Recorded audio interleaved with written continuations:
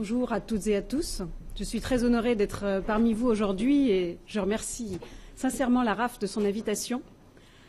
Je vais épargner à nos collègues anglo-saxons mon épouvantable accent anglais, mais bien entendu, je pourrais leur répondre dans leur langue maternelle s'ils le souhaitaient pour des questions. En complémentarité avec les deux précédentes interventions brillantes, j'éviterai autant que possible la théorie et les cas de réussite flagrante. Et donc je me concentrerai sur des choses terre à terre, sur la mise en œuvre pratique et les questions très communes qui se posent lorsqu'on souhaite mettre en place une régulation incitative. Alors, la régulation incitative où? Dans le cas de l'électricité, alors comme vous le savez, le secteur de l'électricité comme du gaz a été ouvert à la concurrence. Les producteurs comme les commercialisateurs sont donc en concurrence, mais restent les gestionnaires de réseau, donc les opérateurs de réseau, transport et distribution d'électricité, qui sont en monopole. Contrairement aux télécoms, par exemple, l'activité de réseau en monopole représente une part très significative de la chaîne de la valeur ajoutée, puisque cela représente une petite moitié de la facture hors taxe d'un consommateur final, ou environ 14 milliards d'euros de chiffre d'affaires annuel. Et la régulation de ces monopoles de réseau est une des missions historiques, je dirais même la mission historique de la CRE, qui est le régulateur de l'électricité et du gaz, et qui a été fondée par la loi de 2000. Quelle est la compétence tarifaire de la CRE? Alors, je vous ai mis le texte. Ce qui m'a semblé particulièrement intéressant, c'est les deux points que j'ai surlignés en gras. Les méthodes utilisées pour établir les tarifs sont fixées par la CRE. C'est grâce aux dernières directives européennes qu'il revient aux régulateurs et aux régulateurs seuls de fixer les tarifs. Précédemment, le régulateur l'élaborait et il le proposait au ministre. C'est donc aujourd'hui le régulateur et le régulateur seul qui fixent les tarifs d'électricité et de gaz pour la partie réseau.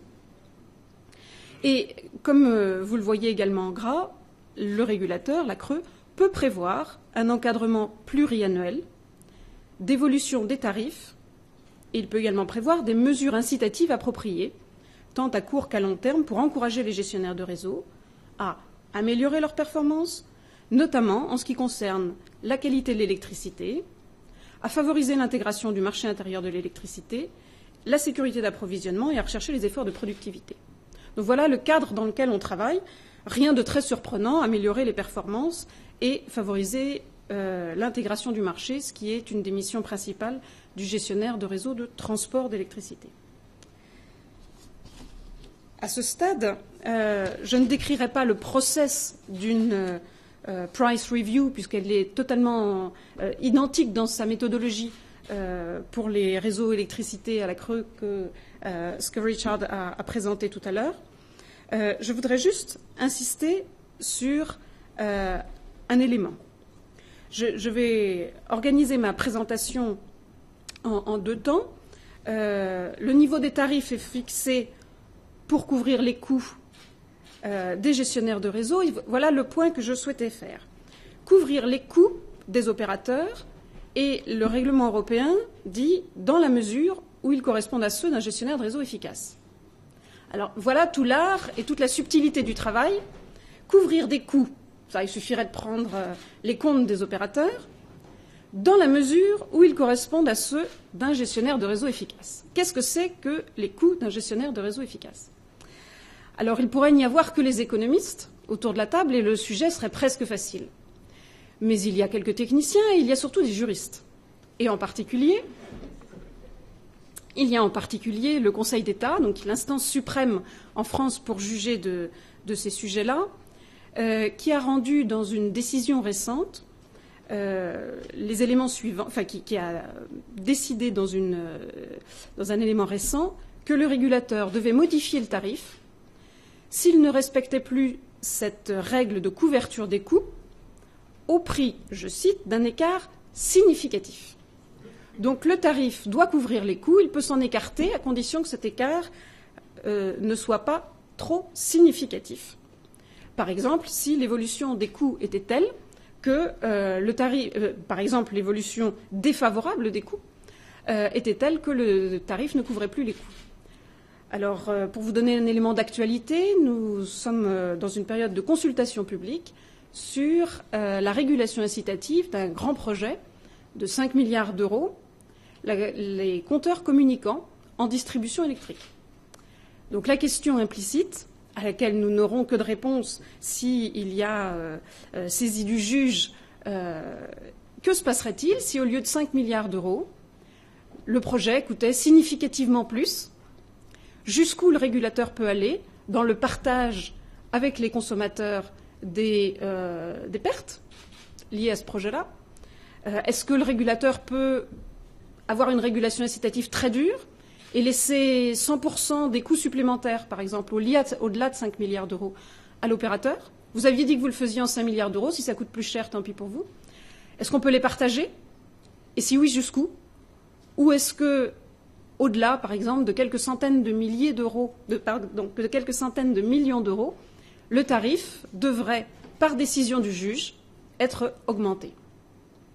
Et inversement, si, par fait extraordinaire, le gestionnaire de réseau, sur ce cas-là ou sur d'autres cas, venait à augmenter très significativement sa productivité, jusqu'où le régulateur pourrait laisser le tarif identique et faire donc bénéficier à l'opérateur d'une marge bien plus significative. Toute cette question-là pose la question de la confiance. Alors évidemment, dans un univers anglo-saxon, il y a un contrat, ça se respecte. En France, au-delà des contrats, il y a la loi, et la loi, ça se change. Tous les ans, nous avons eu, depuis 2000, une loi nouvelle sur l'énergie, gaz, électricité ou les deux. Voilà. Ce contexte étant donné, la régulation incitative, pourquoi? Je vais développer le reste de mon propos donc en deux temps. Le temps classique et le temps qui, pour nous, est plus récent.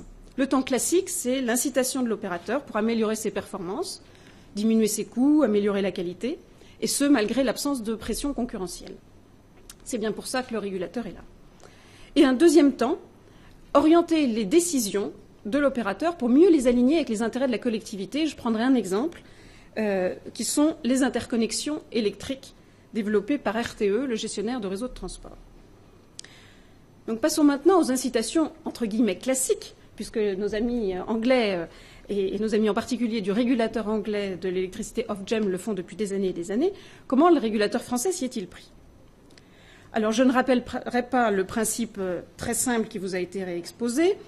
Il me paraissait important juste de souligner que, comme a dit Martin Cave tout à l'heure, il n'y a pas que des incitations financières qu'il faut prendre en considération, mais également des incitations de réputation.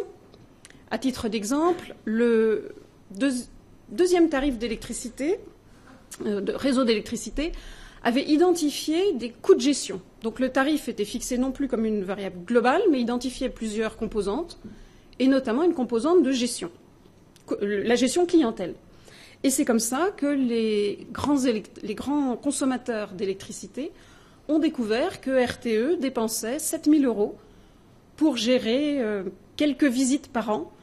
Et comparant cela, évidemment, avec leur propre gestion clientèle, se sont offusqués. Ces coûts ont été réaménagés depuis. Donc, le principe, quand on parle d'incitation financière, est simple.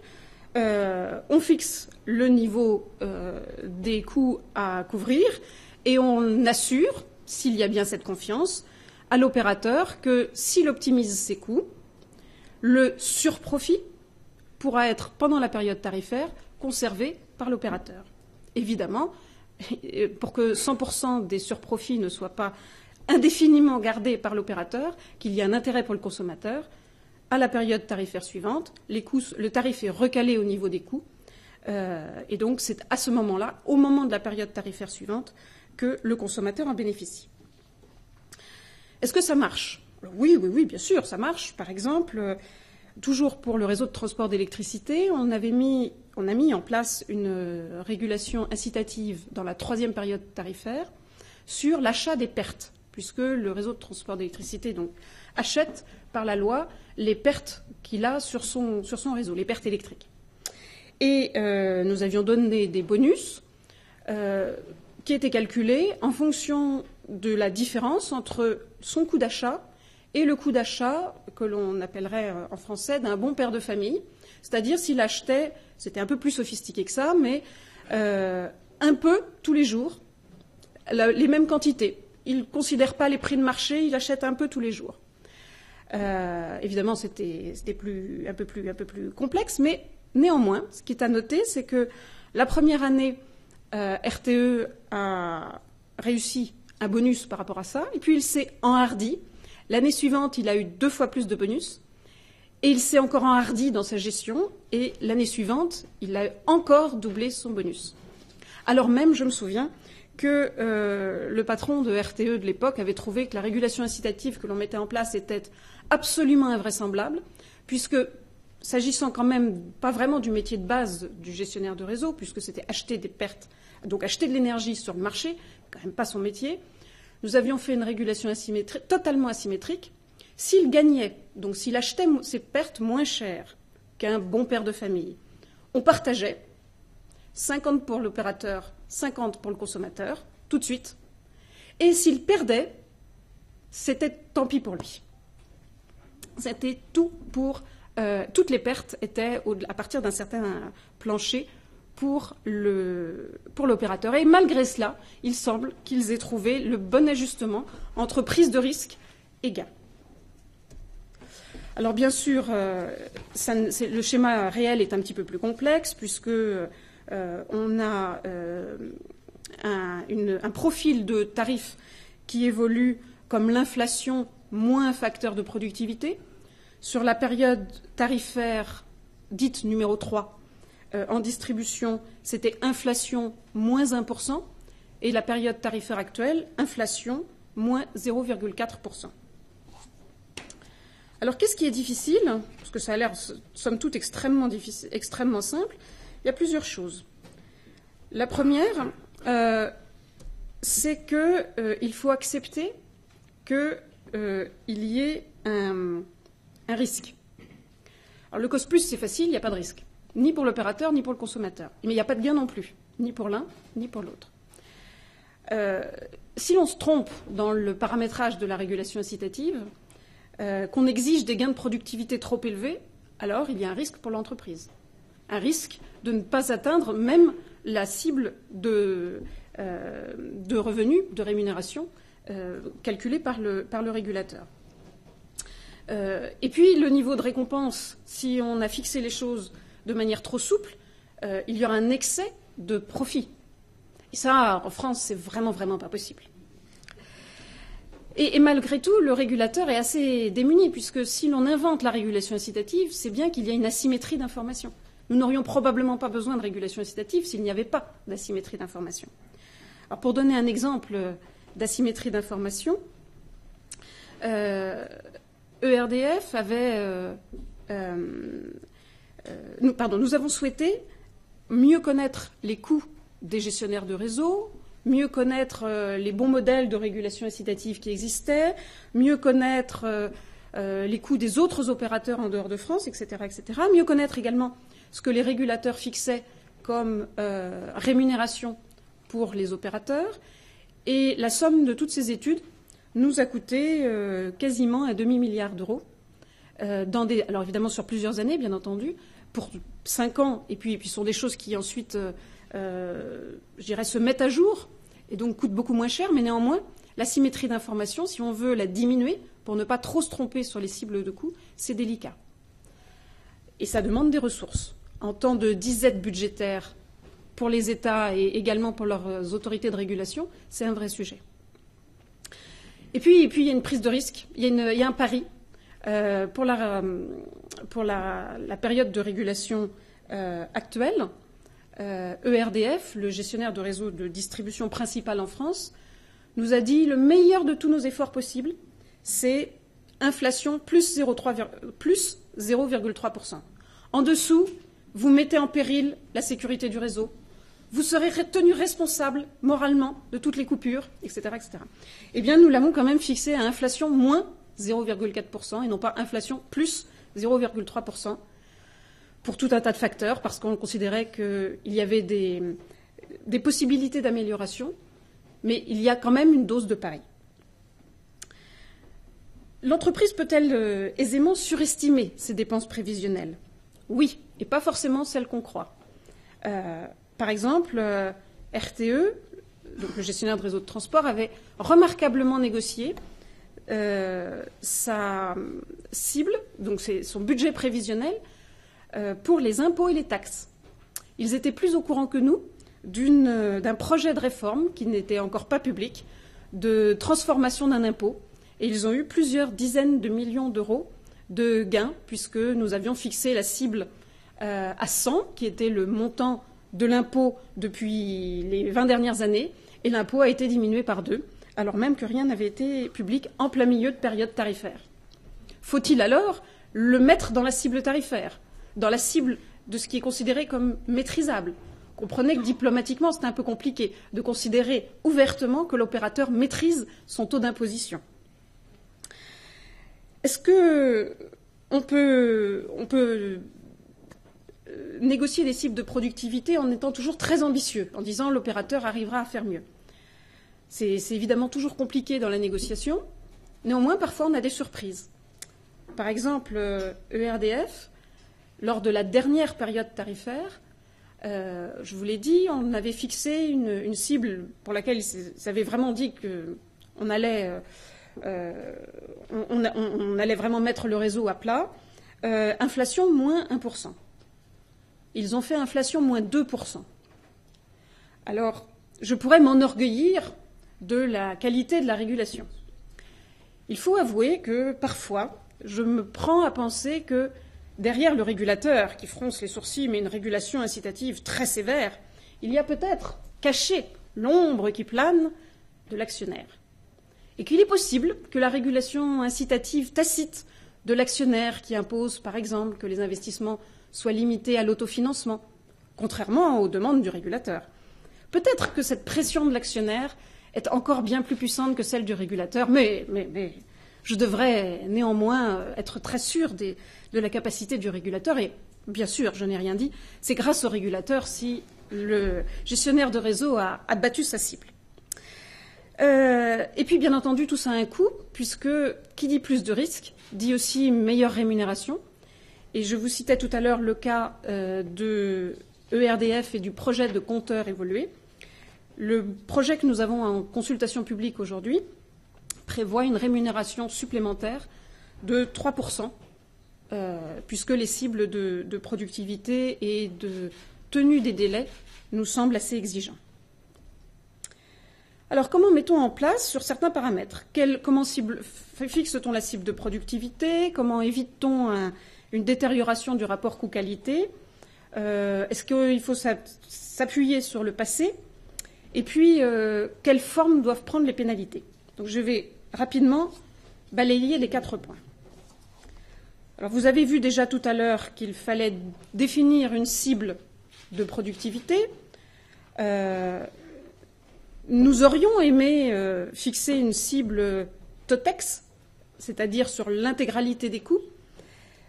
Pourquoi? Parce que ça évite de ne le fixer que sur les OPEX et donc laisser les CAPEX en pass-through, ce qui, normalement, la théorie nous dit, conduit au surinvestissement. Alors, c'est quand même un peu enquiquinant parce que nous avons plutôt constaté, depuis que la Creux existe, un sous-investissement. La théorie se serait-elle trompée ou serait-ce l'ombre de tout à l'heure qui plane? Eu égard à la limite, aux investissements limités que l'on constate, nous avons préféré éviter une régulation sur le volume d'investissement, le nombre de kilomètres de ligne par exemple, et nous nous sommes limités à une régulation incitative sur les coûts unitaires d'investissement, le coût en millions d'euros par kilomètre de ligne. Et nous incitons également sur les OPEX en ayant exclu certains OPEX jugés non maîtrisables, comme je le disais tout à l'heure, comme les impôts et taxes, dont on peut parfois se poser des questions sur le caractère non maîtrisable. En tout cas, ce qui est certain, c'est qu'à la période tarifaire précédente, nous avions laissé dans les OPEX maîtrisables des redevances. C'est une sorte d'impôt et taxe, mais qui est lié à un contrat entre le gestionnaire de réseau et les collectivités locales. Et il s'est trouvé que les redevances ont été bien mieux auscultées, bien mieux analysées par le gestionnaire de réseau, qui a exclu beaucoup de dépenses des collectivités locales qui étaient traditionnellement payées par les tarifs de réseau, parce qu'il savait que toute augmentation de ces charges lui serait imputée. Se pose aussi la question de l'intégration des nouvelles charges, parce que le schéma classique de régulation incitative se fait dans un contexte stable. Vous dépensiez 100, vous dépenserez désormais que 90, parce que vous ferez des améliorations de productivité, et la période tarifaire suivante fixe le tarif à 90. Ça, c'est bien quand rien ne change. Or, en électricité, en ce moment, tout change. On va y revenir. Donc, comment intégrer des charges nouvelles ? Ça peut être des choses très simples. Par exemple, un nouveau décret fixe une nouvelle obligation pour ERDF de faire une cartographie complète de tous ces réseaux à 1 mètre près. C'est quelque chose qui n'existe, à ma connaissance, presque nulle part dans le monde. Et ça va potentiellement augmenter les investissements ou les OPEX de montants très significatifs. Comment le fixer alors qu'ils ne l'ont jamais fait ? Nous avons donc exclu cette charge des OPEX dits maîtrisables.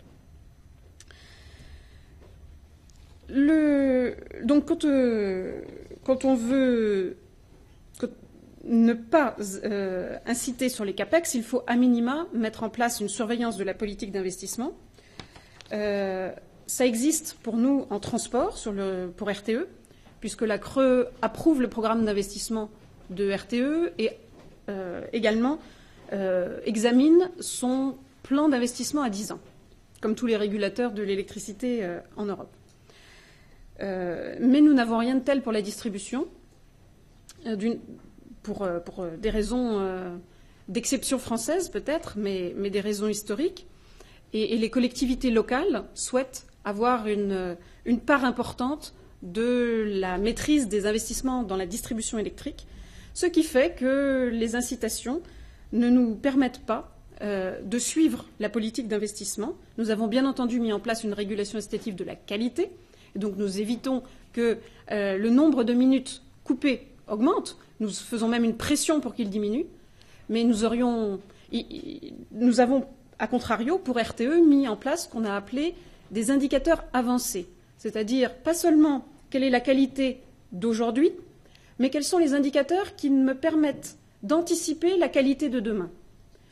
Pourquoi ? Tout simplement parce que ce sont, j'imagine, comme les voies de chemin de fer, des investissements à cycle très long, et qu'on pourrait arrêter toute maintenance, tout investissement pendant 5 ans, 7 ans, peut-être même 10 ans, et la qualité diminuerait que très progressivement. Mais par contre, au bout de 10 ans, elle continuerait à se dégrader, même si on relançait massivement les investissements. Et donc ces indicateurs avancés, par exemple, d'âge du patrimoine, l'âge moyen des ouvrages augmente-t-il ? Ça, nous l'avons mis en place en transport, mais pas en distribution, puisque la loi ne prévoyait pas que nous puissions le faire.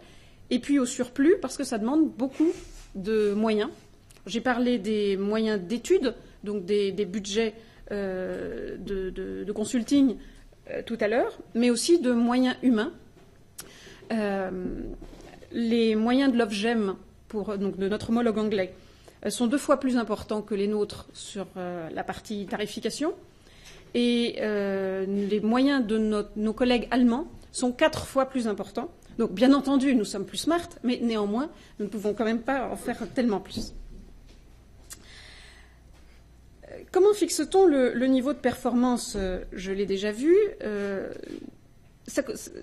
On l'a dit rapidement, la première chose, c'est d'aller voir ce qui se passe ailleurs, faire des comparaisons. Alors, comparaison nationale, l'inconvénient, c'est qu'en France, on n'a que des opérateurs nationaux. Donc, pour comparer avec l'opérateur du nord de la France, de l'est de la France, de l'ouest de la France ou du sud de la France, c'est pas possible. Donc, on va se comparer à l'extérieur. Mais alors évidemment, à l'extérieur, ils n'ont pas le même statut du personnel qu'en France, qui est un statut très spécifique dans les entreprises électriques et gazières. Il n'y a pas nécessairement la même densité de population, il n'y a pas le même politique d'investissement historique. Par exemple, en Allemagne, les réseaux sont plus enfouis, ou en France, ils sont plutôt sur des poteaux ou des lignes électriques aériennes. Donc ça rend les choses plus difficiles à comparer. Et puis, comme je le disais tout à l'heure, ça coûte très cher. Les régulateurs de l'électricité ont mené au niveau européen une étude, il y a 1 an, de comparaison des coûts des gestionnaires de réseaux de transport, assez approfondie, à l'initiative du régulateur allemand. Et ça a coûté une petite moitié de milliards d'euros encore, à répartir sur l'intégralité des régulateurs. Mais si l'on veut faire des études extrêmement pointues, extrêmement approfondies, et en comparant des choses comparables, et non pas vraiment en pouvant entrer dans les détails de où est la performance moindre, c'est extrêmement complexe. Voilà. Je vais finir cet élément-là avec deux transparents. Le premier, pardon, je suis allée trop vite. Le premier pour vous rappeler qu'en électricité, tout bouge. Alors ça doit être vrai pour tous les secteurs. C'est particulièrement vrai pour l'électricité depuis quelques années, avec par exemple le développement de production d'énergie renouvelable sur les réseaux de distribution qui changent le taux de perte sur les lignes. Donc des pertes électriques sur les lignes ne sont évidemment pas les mêmes selon qu'il y a production ou pas production sur les réseaux de distribution. Et donc les incitations à diminuer le nombre de kilowattheures de pertes, en plus de l'incitation à acheter mieux ces pertes, celle-ci nous a semblé trop difficile à mettre en œuvre, et d'ailleurs le régulateur anglais l'a arrêté depuis que le volume d'énergie renouvelable sur les réseaux de distribution a augmenté. Et puis nous entrons tout simplement dans un nouveau cycle d'investissement plus largement, donc nouveau raccordement de producteurs sur les réseaux basse ou moyenne tension, et puis au-delà de ça, compteurs communicants et tous les smart grids en général qui rendent la photo d'aujourd'hui difficilement comparable avec les photos d'hier. Et donc, comme je disais, pour finir, sous quelle forme peut-on verser ou comptabiliser les pénalités ? Alors, il y a une forme classique. Le tarif est à 100, les coûts en fin de période sont à 90, et donc je diminue le tarif. Donc, c'est des hausses, des bonus ou des malus sur l'ensemble du tarif. Mais il nous a semblé aussi important, eu égard à la conclusion que Martin Cave donnait tout à l'heure, de mieux impliquer les consommateurs, et en particulier les petits consommateurs, de donner des signes tangibles.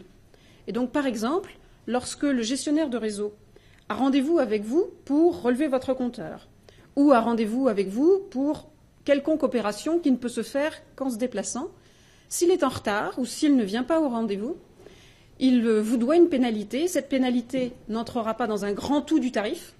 Elle sera payée à vous, précisément, qui avez perdu 2 heures, puisqu'il n'était pas là. Alors, ça nous semble particulièrement important dans un pays comme la France où les associations de consommateurs, que nous avons la chance de rencontrer régulièrement, sont nettement moins bien gréées, moins bien outillées que dans les pays anglo-saxons, en nombre d'associations, de taille significative, en impact sur le consommateur particulier. Et lorsque nous discutons avec eux du tarif réseau,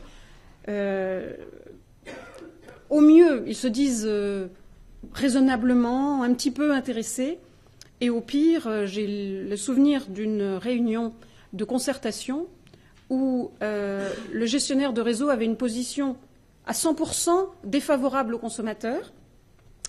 Nous avions une réunion avec les consommateurs pour faire comprendre aux gestionnaires de réseau que cette position n'était pas tenable. Le lendemain, réunion avec le régulateur, les associations de consommateurs et le gestionnaire de réseau, le tout béni par des membres du Parlement, d'autres instances représentatives. Et, à ma grande surprise, les associations de consommateurs ont changé d'avis et se sont dit qu'il ne fallait pas pénaliser injustement le gestionnaire de réseau et que c'était très difficile pour lui de mener cela à bien. Donc, Avant de passer au deuxième point qui sera plus bref de ma présentation, je voulais juste montrer combien la régulation incitative est un processus d'adaptation permanente et d'amélioration. Peut-être pas, comme Martine l'a dit, un processus cyclique où on a l'impression qu'on revient au point de départ à chaque fois, mais moi je le verrais plutôt comme un processus d'amélioration continue. Par exemple, parce qu'il faut collecter des informations et que plus on en collecte, plus on diminue la symétrie d'information, et donc plus on diminue progressivement la rente qu'il faut laisser aux gestionnaires de réseau pour obtenir de la productivité. La collecte d'informations, ça se fait au fur et à mesure. Par exemple, nous n'avons pu mettre en place, dès notre deuxième période tarifaire, une régulation incitative sur la qualité d'alimentation électrique que parce que nos prédécesseurs étaient clairvoyants, prudents et astucieux et avaient mis en place les indicateurs. Avant même de faire une régulation incitative, ils avaient trouvé les bons indicateurs, collecté les informations qui font que quand on a mis la régulation incitative en place, on disposait déjà d'un historique. Et puis, on fait la même chose, désormais. La régulation incitative, enfin la période tarifaire actuelle, nous avons décidé pour la période tarifaire actuelle de collecter des informations sur les coûts unitaires dans les investissements de distribution en vue d'une régulation incitative pour la période tarifaire suivante. Et puis, bien entendu, nous durcissons les cibles au fur et à mesure, nous les rendons de plus en plus contraignantes. Par exemple, la qualité d'alimentation électrique, au sein même de la période tarifaire, le nombre de minutes de coupure qui est accepté comme cible diminue au fur et à mesure de quelques minutes par an. Et nous avons un partage de gains, de bonus-malus qui se durcit également dans le temps.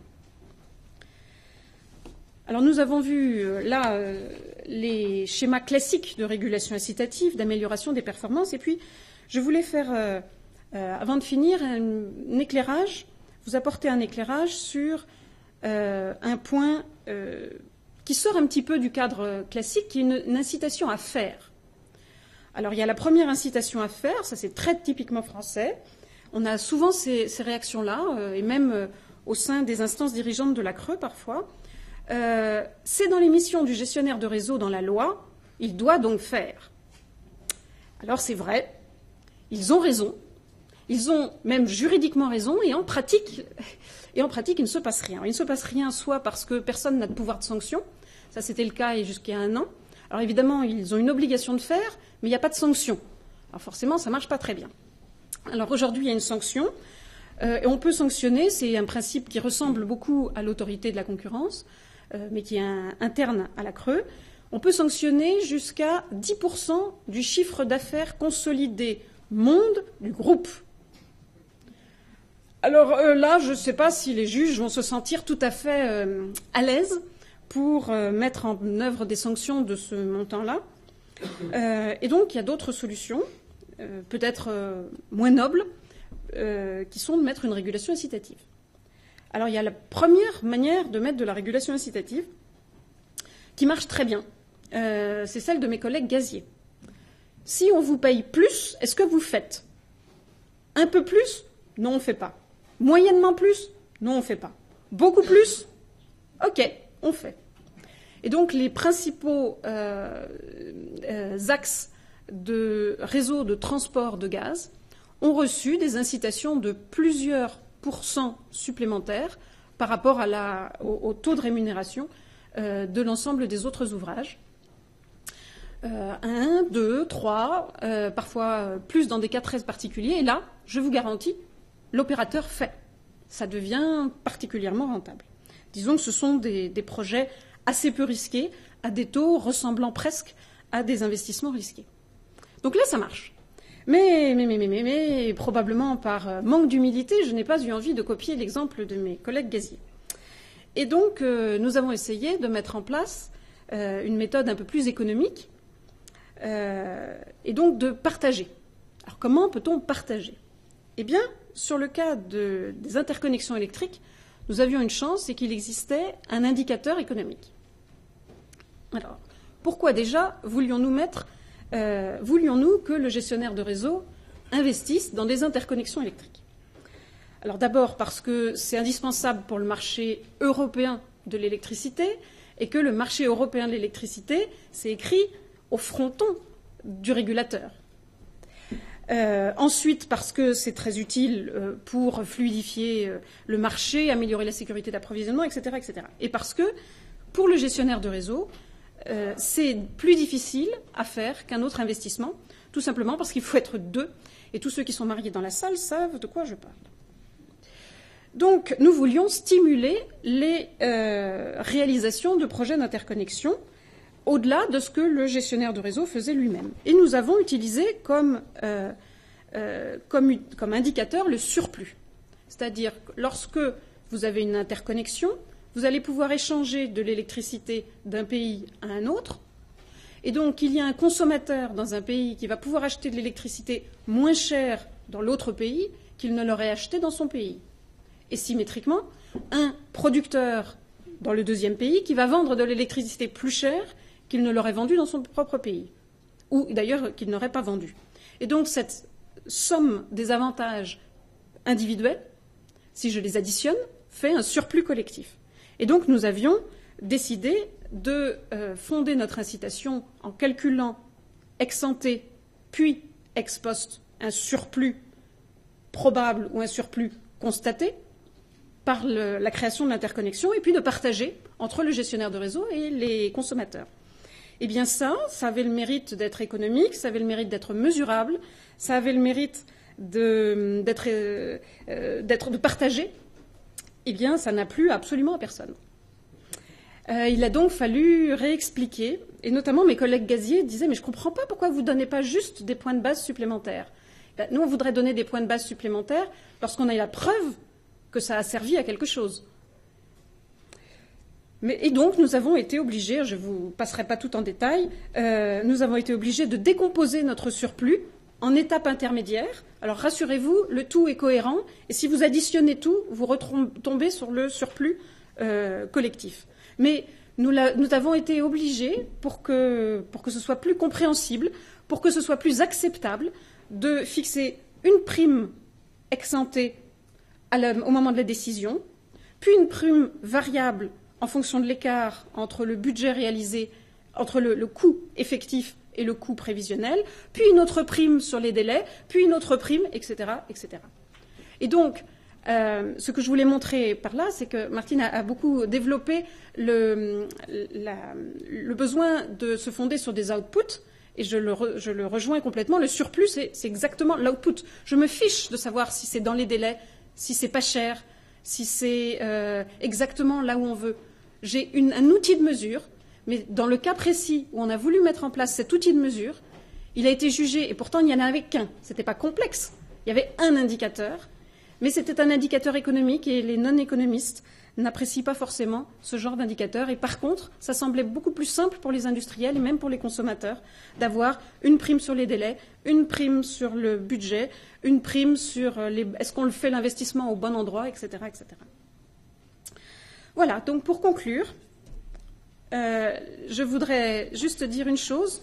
Comme vous l'avez vu, la régulation incitative, c'est un processus qui s'inscrit dans le temps, d'amélioration continue, qui nécessite de s'adapter aux situations changeantes, qui demande des ressources, ce qui est un vrai challenge aujourd'hui, et qui demande, et ce sera probablement mon mot de la fin, énormément d'humilité pour ceux qui le mettent en place. Merci de votre attention.